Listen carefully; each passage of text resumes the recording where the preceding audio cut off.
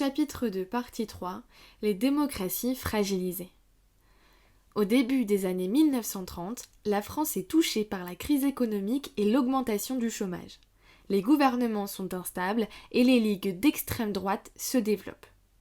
Le 6 février 1934, elles organisent à Paris une grande manifestation contre la République parlementaire qui tourne à l'émeute. Les forces et partis de gauche qui craignent le fascisme se rassemblent dans un front populaire. En mai 1936, les partis du Front populaire, donc le PCF, le SFIO, les radicaux, gagnent les élections législatives. Dirigé par Léon Blum, le nouveau gouvernement réalise de nombreuses réformes sociales, comme les premiers congés payés et la semaine des 40 heures. Mais l'expérience prend fin en avril 1938, quand les radicaux quittent le Front populaire pour un nouveau gouvernement de centre droit. En Espagne, le général Franco se soulève contre la République. Il s'ensuit une terrible guerre civile. Franco, qui reçoit une aide militaire de l'Allemagne nazie et de l'Italie fasciste, dont Guernica est le symbole, l'emporte en 1939 et installe rapidement une dictature en Espagne.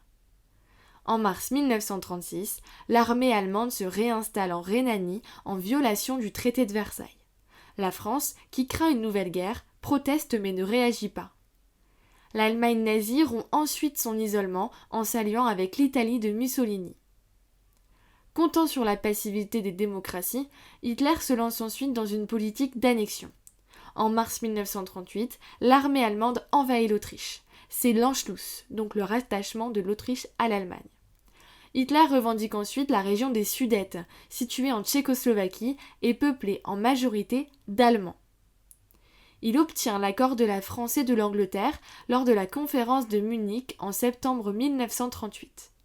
Il annexe les Sudètes, puis envahit enfin la Tchécoslovaquie. En août 1939, l'Allemagne signe avec l'URSS un pacte de non-agression, ce qui lui permet d'attaquer la Pologne le 1er septembre 1939, mais cette fois, la France et le Royaume-Uni déclarent la guerre à l'Allemagne.